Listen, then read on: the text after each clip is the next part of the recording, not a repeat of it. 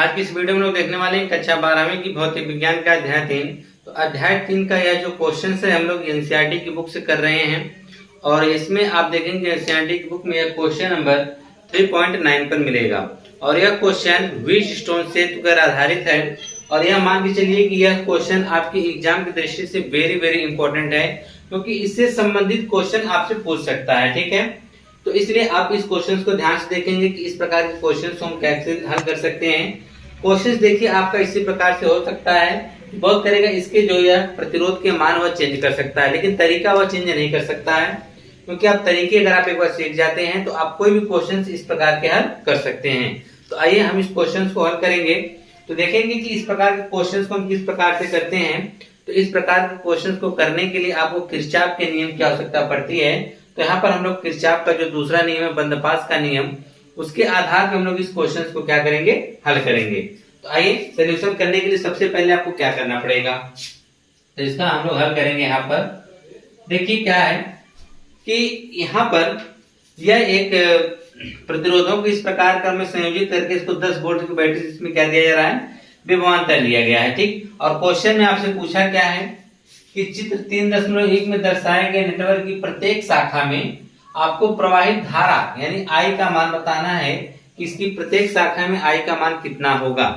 तो चलिए I का मान हमको बताना है। तो यह देखिए कि यहाँ से जब हम लोग बैटरी से इसको यहाँ से निकलती है, यहाँ से धारा आपकी जो निकलती है, मान लीजिए कितनी धारा निकलती है I। ध्यान से समझिएगा, I धारा जब जैसे बिंदु A पर जाती है वह दो भागों में क्या होती है, बट जाती है। वह दो भागों में जब बटेगी तो हम मान लेंगे कि AB वाले सिरे में और AD वाले सिरे में, दो सिरे हैं ना, तो AB और AD में, तो AB में हम मान लेते हैं कि धारा I1 जा रही होगी तो दूसरी वाली में आपकी धारा कौन सी जा रही होगी, I2 धारा जा रही होगी। ठीक है, अब आगे की तरफ हम बढ़ते हैं। यहाँ से तो I1 धारा जा रही है लेकिन जैसे बिंदु B पर पहुंचती है तो वहां से भी दो परिपथ हैं। तो एक परिपथ आपका यहाँ से BD की तरफ है, दूसरा परिपथ आपका क्या है, सॉरी एक है BC की तरफ, दूसरा क्या है, BD की तरफ है। तो हम मान लेते हैं कि इस वाले परिपथ यानी BD में आपकी धारा I3 आ रही है। क्या सी धारा आ रही है, I3। लेकिन वह I3 धारा जो इसमें आ रही है वह आ कहां से रही है, यही I1 धारा जो जब यहाँ पहुंच रही है यहाँ से दो हिस्से में बढ़ जा रही है। तो हम मान लेते हैं इस हिस्से में I3 धारा आ रही है तो इस वाले में कितनी जा रही होगी, तो पहले तो धारा जा रही थी I1, उसमें से I3 जब इसमें आ जा रही है तो इसमें से I3 हम क्या करेंगे, घटा देंगे और जो बचेगा वही धारा इस BC वाले सिरे में जाएगी।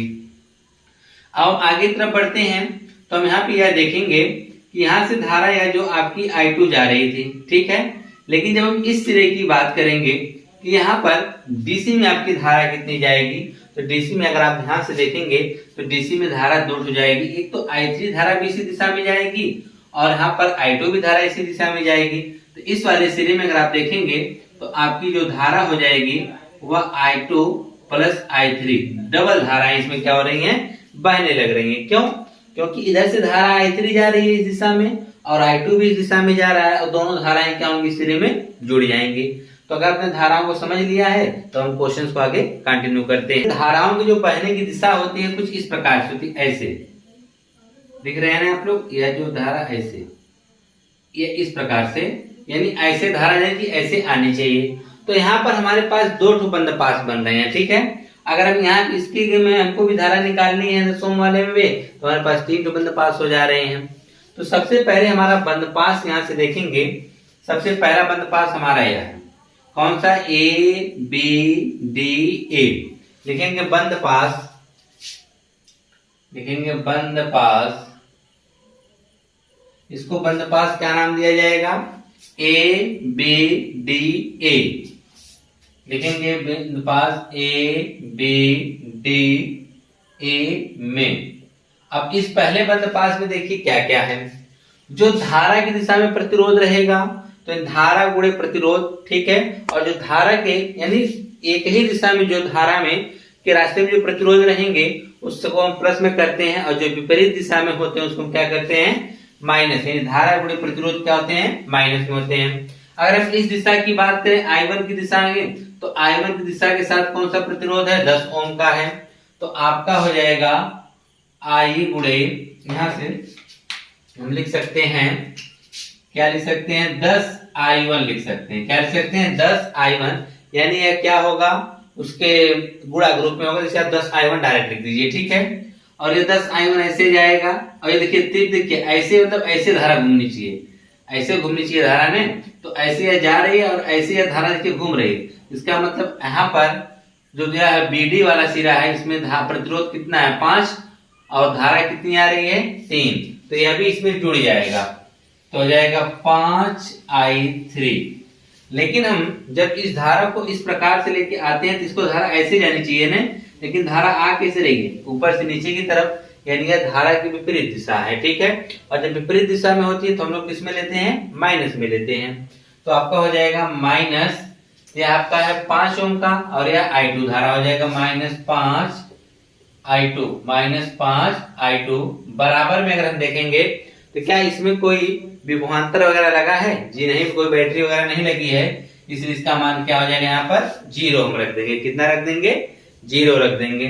तो पहले वाले बंद पास में आप देखिए क्या किए हैं, पहले वाले बंद पास को समझ लीजिए कि देखिए पहला बंद पास ABDA है, ठीक है। अब हमारी देखिए जो दिशा लेंगे इस प्रकार से लेंगे, ठीक है, धारा की दिशा, तो धारा देखिए ऐसे जा रही है फिर ऐसे आ रही है, तो यहाँ पर धारा गुणे प्रतिरोध हमने कर दिया, ठीक। यह दोनों प्लस में होंगे, जुड़ जाएंगे, ठीक है, क्योंकि यह जो इसके नियम का पालन कर रहे हैं धारा के चलने की दिशा का। लेकिन ये जो हम ऐसे आ रहे हैं, जब ऐसे धारा जा रही है, धारा को ऊपर जाना चाहिए, लेकिन धारा कहाँ आ रही है, नीचे आ रही है, जिसको हम लोग क्या लगा देंगे, उसको माइनस कर देंगे, ठीक है। और इस पूरे बंद पास के पहले जो आपका बंद पास पहला है हमने दिया है, इसमें कोई बैटरी वगैरह तो लगी नहीं है, इसे हम चाहे तो काट के छोटा भी कर सकते हैं। जैसे कि यहाँ पे देख रहे हैं 10 5 5 है ना, इसे हम 5 से काट देंगे। जब 5 से काटेंगे तो क्या हो जाएगा 2i1, यह हो जाएगा i3, हो जाएगा -i2 बराबर 0। समीकरण नंबर 1 बना के छोड़ दीजिए, ठीक है। अब हम आते हैं दूसरे वाले बंद पास में। तो दूसरा वाला बंद पास देखिए आपका क्या होगा BCDB। क्या होगा दूसरा बंद पास में, लिखेंगे बंद पास, दूसरा वाले का नाम हम लिख सकते हैं BCDB, होगा BCDB में। इसमें भी हम लोग चलिए देखते हैं। तो देखिए धारा देखिए ऐसे जा रही है, ऊपर से नीचे ऐसे जाएगी धारा, फिर ऐसे और फिर धारा ऐसे, ठीक है। तो अगर आप यहाँ से ध्यान से देखेंगे तो धारा की चलने दिशा यही है ना, ऐसे, तो ऐसे फिर ये ऐसे जानी चाहिए। तो धारा देखिए ऐसे में आ रही है, इसमें कितनी धारा आ रही है 5 ओम के साथ आ रही है धारा i1 i3। कितनी धारा आ रही है i1 i3, यहाँ लिखेंगे 5, प्रतिरोध के साथ उसका संग धारा, तो हो जाएगा i1 i3। देखिए 5 ओम के साथ कौन सी धारा आ रही है, i1 i3 धारा आ रही है। फिर ये धारा ऐसे आने के बाद इसको ऐसे जाना चाहिए था, ठीक है, लेकिन ये धारा नीचे से ऊपर की तरफ जा रही है, इसलिए इसको हम किस में रखेंगे, माइनस में रखेंगे। तो हो जाएगा -10 कोष्टक में आपका हो जाएगा i2 प्लस i3। उसके साथ देखिए धारा का मान कितना है, i2 प्लस i3 है। फिर यह धारा ऐसे आके ऐसे जाना चाहिए था, वो नीचे से ऊपर की तरफ, लेकिन धारा क्या आ रही है, ऊपर से नीचे की तरफ आ रही है, इसलिए इसको किस में रखेंगे, माइनस में रखेंगे। -5i3 बराबर में देखेंगे क्या इस परिपथ में कोई वैद्युत वाहक बल लगा है, जी बिल्कुल नहीं लगा है, तो इसके बराबर में हम क्या रख देंगे, 0 रख देंगे। तो अब आप देखेंगे, आप इसमें भी हम 5 से काट के छोटा कर सकते हैं सबको। इसको 5 से काट देंगे कोई नहीं फर्क पड़ेगा, 5 से काट देंगे 2 बार में कटेगा, 5 एकम 5, यदि 5 से काट देंगे कोई फर्क नहीं है, आपका हो जाएगा i1 i3। यहाँ 5 से काटेंगे यह हो जाएगा -2, यह हो जाएगा i2 प्लस i3, यहाँ पर यह हो जाएगा -i3 बराबर 0। आप लोग ये कट मत करिएगा, ठीक है, यहाँ पे नीचे लिख देंगे तो समझ जाएगा एग्जामिनर, यहाँ पे आपने 5 से काट के छोटा कर दिया है, ठीक है। अब इस कोष्टक को ब्रेक कर देते हैं, तो यह आपका हो जाएगा i1 i3, हो जाएगा -2i2 प्लस -2i3 हो जाएगा, i3 बराबर में 0। तो i1 आप ध्यान से देखेंगे यहाँ पर है, कहीं और i1 है क्या, इस समीकरण में पूरे में नहीं है i1, तो i1 को यहाँ पे रहने दीजिए, -i3 तीन ठो i3 दिख रही है, ठीक है। एक तो यहाँ पे देखिए, यहाँ पर एक यहाँ पर है, 2 यहाँ पर है, 3 हो गया, 3 1 4 और सब के सब माइनस में है तो हो जाएगा -4i3 और यहाँ पे क्या बचा है खाली -2i2। तो हम सबसे पहले i1 i2 i3 करते हैं, इसको पहले कर देते हैं इसको बाद में कर देते हैं, ठीक है। तो यह हो गया -2i2 माइनस i3 1 2 3 हो गया 3 1 4i3 बराबर में 0। इसे काट के आप छोटा भी नहीं कर सकते हैं, इसलिए इसको आप समीकरण नंबर 3 बना के छोड़ दीजिए। अब आपके पास 2 बंद पास हो गया ऑलरेडी, ठीक है। अब हम इसमें देखेंगे कि इस 10 ओम में कितनी धाराएं आ रही हैं। तो इसके लिए आपको देखेंगे तीसरा बंद पास लेना पड़ेगा। वो बंद पास कौन सा होगा? A B C और यहाँ पे नाम नहीं तो यहाँ पे नाम कुछ रख देते हैं, ठीक है। इसका नाम हम रख देते हैं E और F, ठीक है। तो क्या नाम देंगे? A B D E F A में लिखेंगे बंद पास। तो यहां पर इसका नाम हो जाएगा बंद पास। देखिए आप समझते हुए चलिए और एक बार आप समझ गए तो इस प्रकार के क्वेश्चंस को आप आसानी से लगा सकते हैं और यह क्वेश्चंस बहुत ही इंपॉर्टेंट है, ये बता दे रहे हैं आप लोगों के लिए।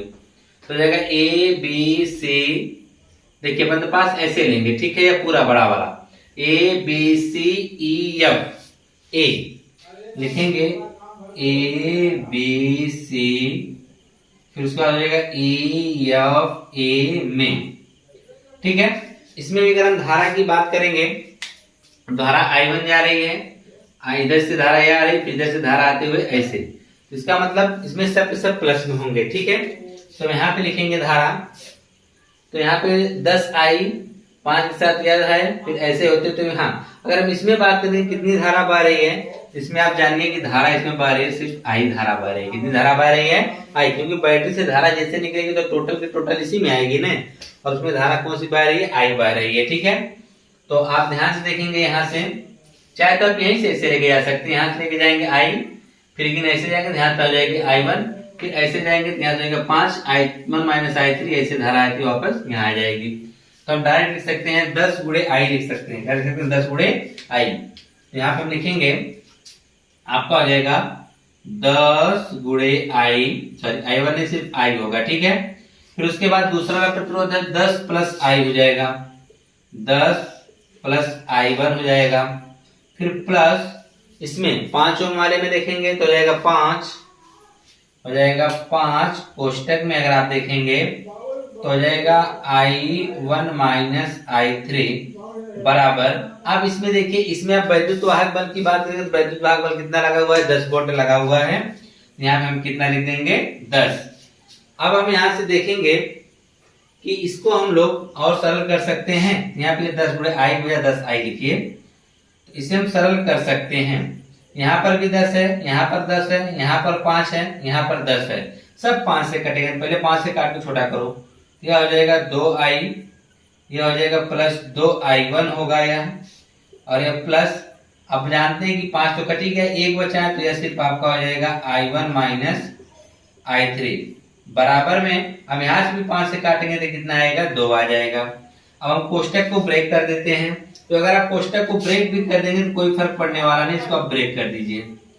अब आप देखेंगे यहाँ से यह आपका 2I हो गया, प्लस यह भी I1 है, यह भी I1 है, तो यह हो जाएगा प्लस 3I1। अब उसके बाद यह हो जाएगा माइनस I3 बराबर 2, जो कि समीकरण नंबर क्या बन जाएगा? 3। अब हमने समीकरण बना लिया है और हमने सभी प्रतिरोधों में धारा का, हमने इसके क्या कहते हैं, किस प्रतिरोध में कितनी धारा जा रही है, इनसे संबंधित समीकरण को भी बना के तैयार कर लिया है। अब आपका ये देखिए 3 बंद पास थे, हमने तीनों बंद पास में निकाल लिए हैं। अब हमको यह करना है कि सभी इसकी भुजाओं में हमको धारा का मान बताना है, और अब किस भुजा में कितनी धारा है ये भी तुमने डिसाइड कर लिया है। कि जैसे इसमें धारा कौन सी जा रही है? I1।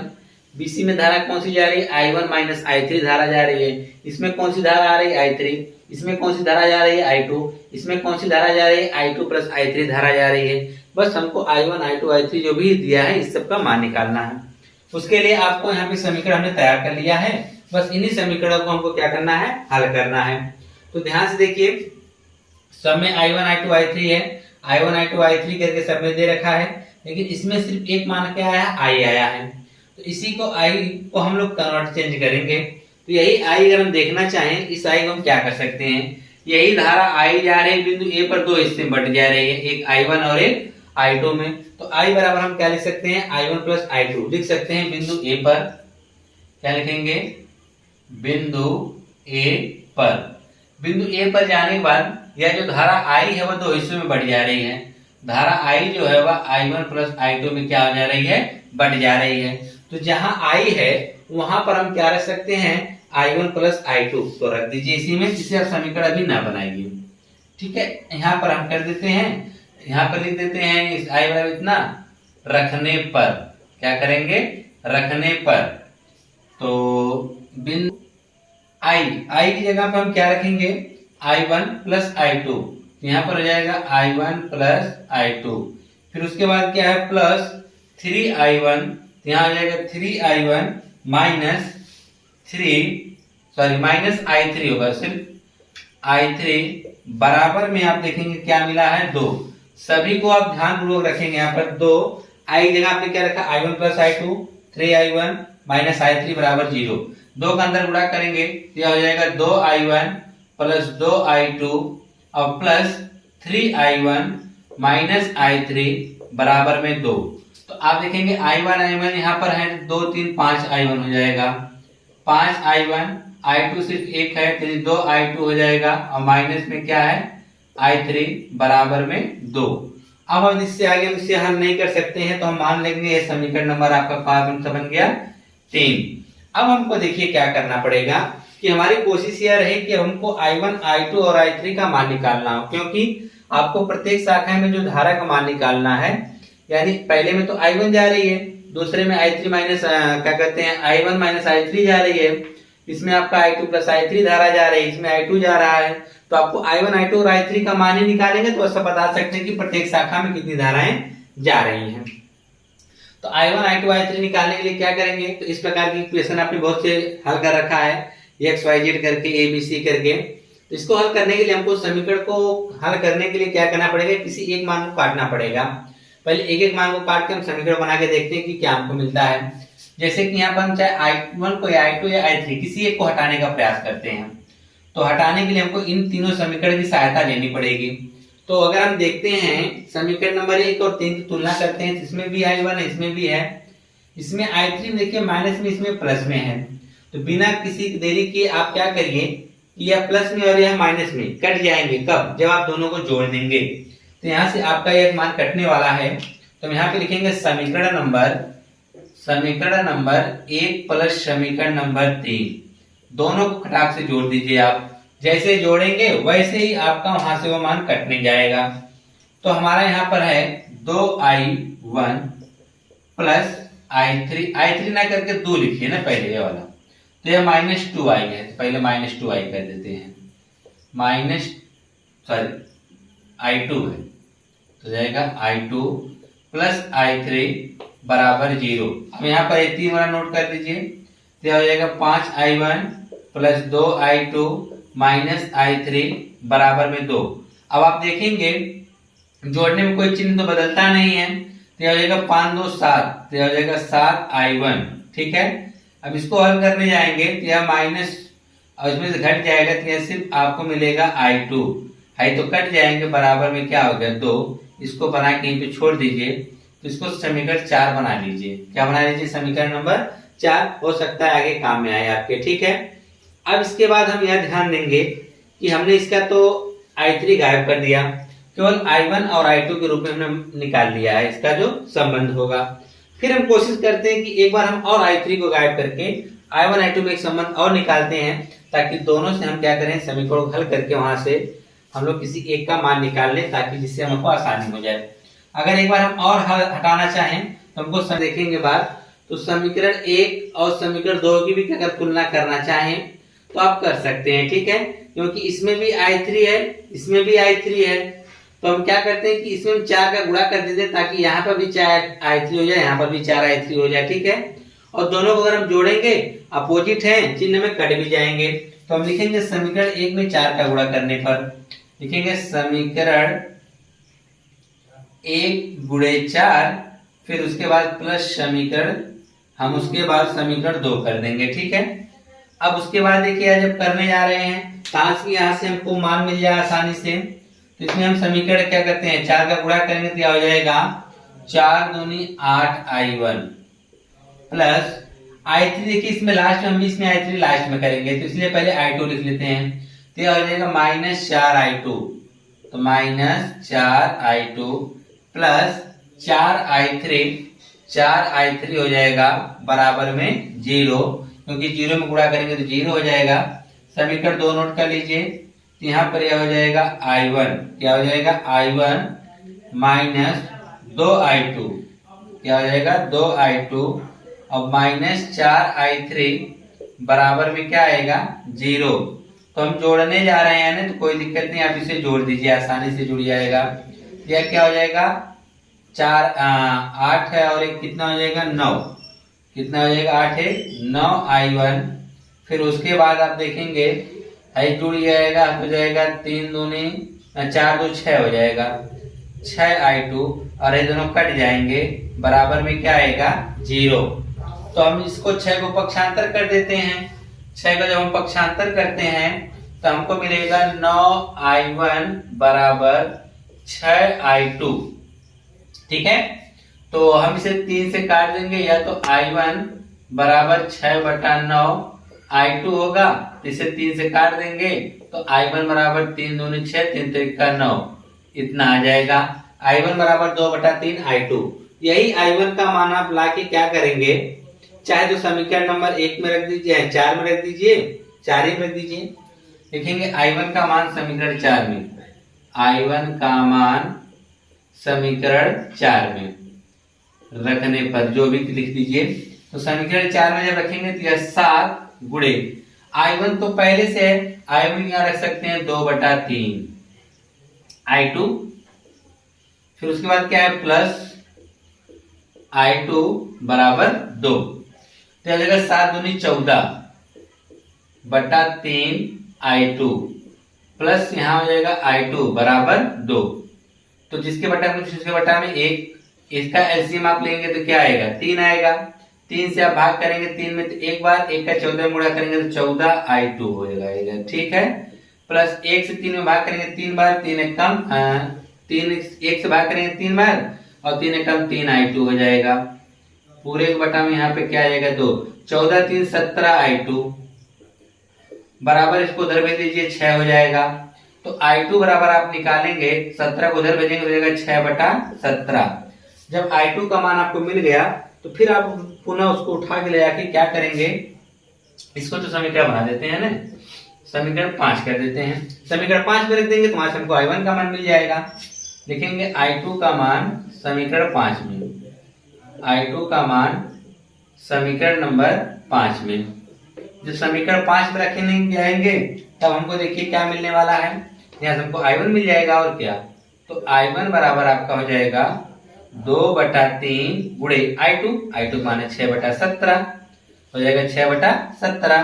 तो आप देखेंगे 3 दूना क्या हो जाएगा 6 और 2 दूनी 4, तो इसका मान आ जाएगा 4/17।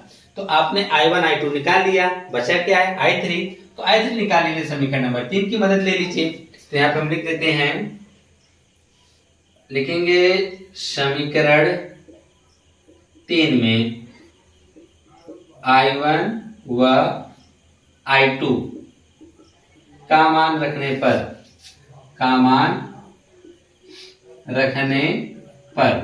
जब यह मान हम रखने जा रहे हैं तो यहाँ पर है 5 गुणे I1 मान 4/17। चलिए 4/17 रखेंगे तो जाएगा 5 को 20/17, डायरेक्ट लिखते हैं, क्या हो जाएगा 20/17। फिर क्या है प्लस, तो प्लस लगाएंगे I2 का मान देखिए कितना है 6 और यहाँ पे 2 है, तो 6 दूना 12 सीधे हो जाएगा, लिख दे रहे हैं 6 दूना कितना हो जाएगा 12, तो जाएगा 12/17।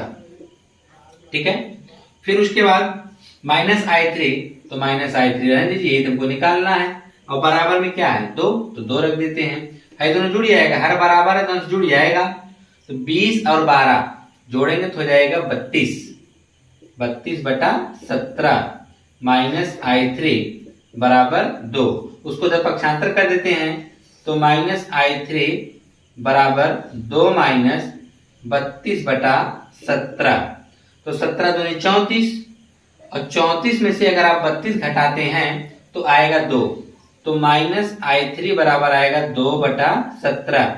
या -I3 नहीं बल्कि इसका मान माइनस होगा, यानी आप लिख सकते हैं कि I3 बराबर जो होगा -2/17 होगा। बस आपने I1, I2, I3 निकाल लिया है। ठीक है, अब हम क्या करने वाले हैं, आपको I1, I2, I3 चाहिए भी था, बस अब आपको यह बताना है कि AB में कितना जा रहा है, BC में कितना जा रहा है। ठीक है, अब यह बताना है। तो उसके लिए हम क्या करते हैं, यह वाला हम मिटा देते हैं, यह वाली सीरीज। तो आप लोग इसकी शॉर्ट स्क्रीन ले लीजिए ताकि हम क्वेश्चन को आगे कंटिन्यू कर सकें। ठीक है, अब हम क्या करेंगे, इसको मिटा देते हैं। अब यहां से आगे देखिए किस प्रकार से आपको लगाना है। देखिए, अब हम निकालेंगे सभी भुजाओं में ने लिखेंगे AB भुजा में प्रवाहित धारा। क्या लिखेंगे, AB शाखा बोले तो शाखा लिखिए, शाखा AB में प्रवाहित धारा, प्रवाहित धारा। तो चलिए, धारा उसमें कौन सी धारा जा रही है, उसमें धारा जा रही है I1। और आपने I1 का मान निकाल रखा है, I1 का मान आपने निकाला है 4/17। यहाँ पे लिख देंगे 4/17 पहला। दूसरी शाखा निकालने जा रहे हैं, शाखा हम निकालते हैं BC। शाखा क्या निकालते हैं, BC। शाखा BC में प्रवाहित धारा, में प्रवाहित धारा। BC में धारा कौन सी जा रही है, I1 -I3 जा रही है, कोई बात नहीं है। BC में धारा जा रही है I1 -I3। I1 का मान है 4/17। I3 में निकाला है -2/17। तो फिर यहाँ पे रखेंगे -2/17। और आप भली बात जानते हैं माइनस माइनस प्लस, तो 4/17 प्लस 2/17 जोड़ देंगे तो जाएगा 6/17। ठीक है, सब धारा है जिसका मात्रक एम्पियर होगा, लिख सकते हैं आप चाहे क्या लिख सकते हैं, एम्पियर। यहाँ भी क्या जाएगा, एम्पियर। ठीक है, BC हो गया। आप AD में बता दीजिए कितनी धारा जा रही है, तो लिख सकते हैं शाखा AD में, तीसरा वाला शाखा AD में धारा, शाखा AD में प्रवाहित धारा, प्रवाहित धारा। तो AD में कौन सी धारा जा रही है, I2। तो डायरेक्ट लिखेंगे यहाँ पर I2 बराबर, क्या लिखेंगे, I2 बराबर, तो जाएगा I2 बराबर, I2 का मान हमने निकाल रखा है 6/17। क्या हो जाएगा, 6/17 एम्पियर। कितना हो जाएगा, 6/17 एम्पियर। उसी प्रकार से हम देखेंगे BD वाले में, DC में लिखेंगे शाखा DC में प्रवाहित धारा। तो शाखा DC में प्रवाहित धारा, शाखा DC में प्रवाहित धारा, प्रवाहित धारा। तो उसके लिए आप देखेंगे शाखा DC में कौन सी धारा प्रवाहित, I2 प्लस I3 है, तो जाएगा I2 प्लस I3। I2 का मान आप ध्यान से देखेंगे कितना, 6/17 है। I3 का मान अगर आप देखने जा रहे हैं तो I3 का मान है -2/17। क्या है, -2/17 है, तो प्लस माइनस माइनस हो जाएगा, -2/17 हल करेंगे क्या आएगा, 4/17 एम्पियर लिख देंगे। क्या लिख देंगे, 4/17 एम्पियर। तो अगर आप ध्यान देंगे कि यहाँ पर 4/17 किसमें है, DC में। तो DC में जो धारा आएगी वही AB में आई होगी। ठीक है, AB भी देखिए 10 ओम का है, तो AB भी आप देखेंगे 10 ओम का, इसमें भी 4/17, इसमें भी 4/17 आया। ठीक है, अगर आप AD देखेंगे 5 ओम का है, BC भी 5 ओम का है, AD BC में बराबर आया होगा। तो आप AD और BC में देखिए क्या है, 6/17। और रह गया BD में, तो BD में सीधी कौन सी धारा जा रही है, I3 जा रही है, तो यहाँ पे लिख देंगे BD में धारा, यानी शाखा BD में धारा, शाखा BD में धारा, शाखा BD में प्रवाहित धारा। इसमें आप जानते हैं कि कौन सी धारा बह रही है, इसमें आप जानते हैं कि बह रही धारा I3 का मान दिया है -2/17 एम्पियर। क्या है, -2/17 एम्पियर। यह माइनस क्यों आया है, धारा माइनस में आने का मतलब क्या है कि इस दिशा से परिवर्तित है। हम लोग धारा को ऊपर से भेज रहे हैं नीचे की तरफ ने, हालांकि धारा जाएगी कहाँ, नीचे से ऊपर की तरफ जाएगी, इसलिए यहाँ पे क्या आ रहा है, माइनस आ रहा है। ठीक है, तो इस प्रकार से आपका यह जो क्वेश्चन था सॉल्व हुआ। आपको ये याद रखिए कि यह क्वेश्चन बहुत ही इंपॉर्टेंट है, इसको आप बहुत अच्छे तरीके से तैयार कर लेंगे। देखिए वीडियो बड़ी हुई है क्या, लेकिन आपको समझाने का हमने पूरा प्रयास किया है। और हाँ, इस प्रकार के क्वेश्चंस को आप जरूर देख लीजिएगा। अगर आप इस क्वेश्चन को सॉल्व कर लेते हैं तो बहुत करेगा कि इसके जो है वह अंक को चेंज कर सकता है, बाकी वो कुछ भी कर नहीं सकता। ठीक है, बहुत ही इंपॉर्टेंट क्वेश्चन है, एक बार फिर से कह रहा हूँ, इसको आप अच्छे से तैयार कर लीजिएगा। ठीक है, मिलते हैं नेक्स्ट वीडियो में नए क्वेश्चन के साथ। धन्यवाद।